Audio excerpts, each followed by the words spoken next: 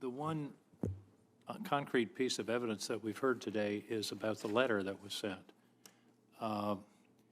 And I think it's very important to read the letter and to understand that her one overt act was to warn people that the trees were spiked. And she didn't write the letter, Senator Risch. It's signed George Hayduke.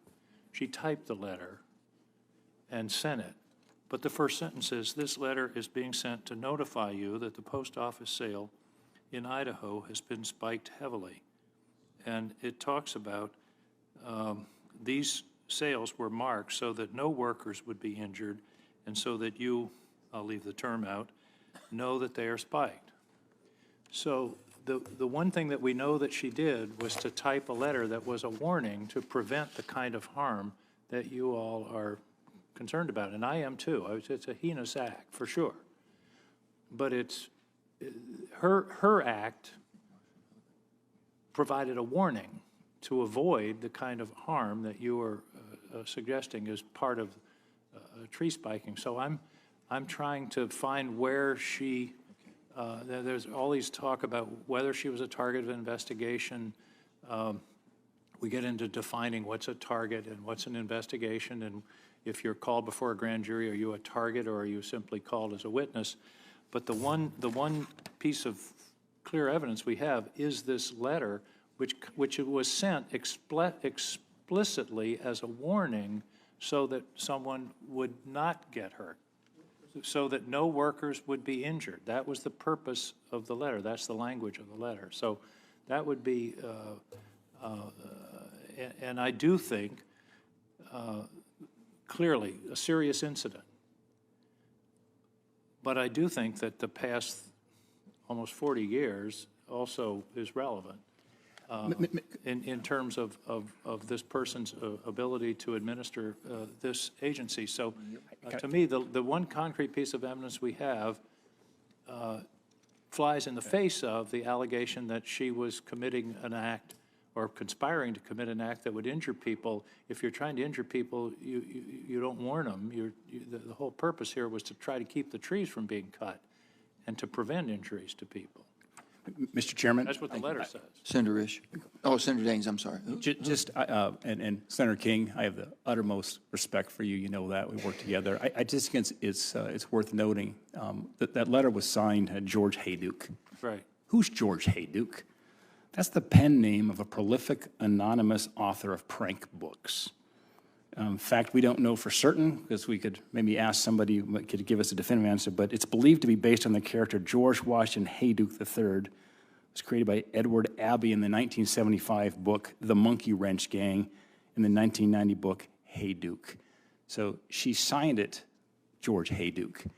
And to suggest that somehow you are writing this letter here to protect people is, I mean, really, it's a terrorist threat because it frightens people. You know, of course, you read the rest of the letter with the profanity in it. It's pretty chilling.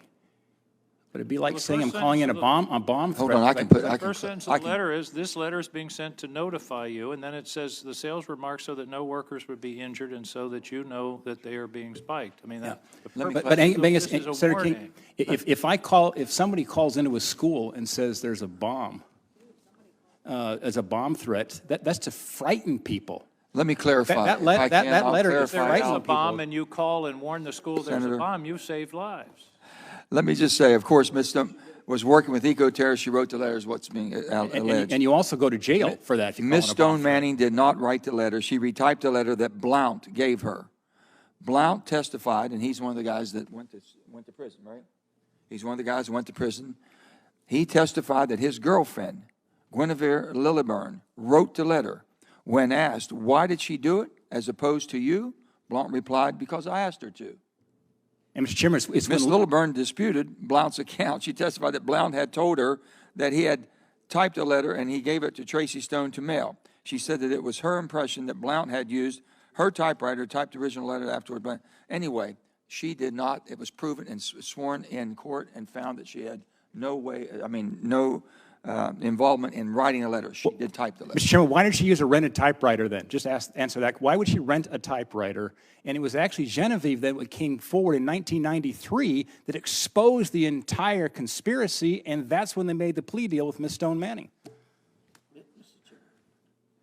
Ms. Stone-Manning admitted to retyping the letter that Blount gave to her. She said she corrected some spelling errors and took out some of the profanity, but otherwise retyped it, pretty much word for word, and that's what was found and investigated. Mr. Chairman. Yes, sir, Mr. With all due Senator Risch. With all due respect to the chair and to Senator King, both of whom I have incredible appreciation and respect for, if you went into a court of law and said just what you said, that, well, she was told to type this letter and she sent it in, so she is a hero, or even she's not involved in this conspiracy to a legal degree, they'd laugh you out of court.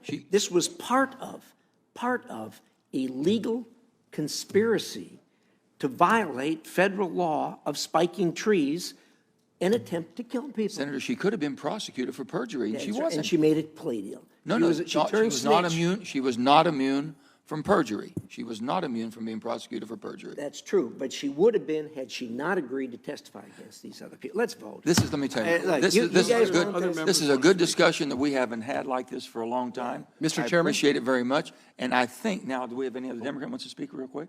If not, think about it. We'll come back to you. Senator Marshall. Thank you, Mr. Chairman.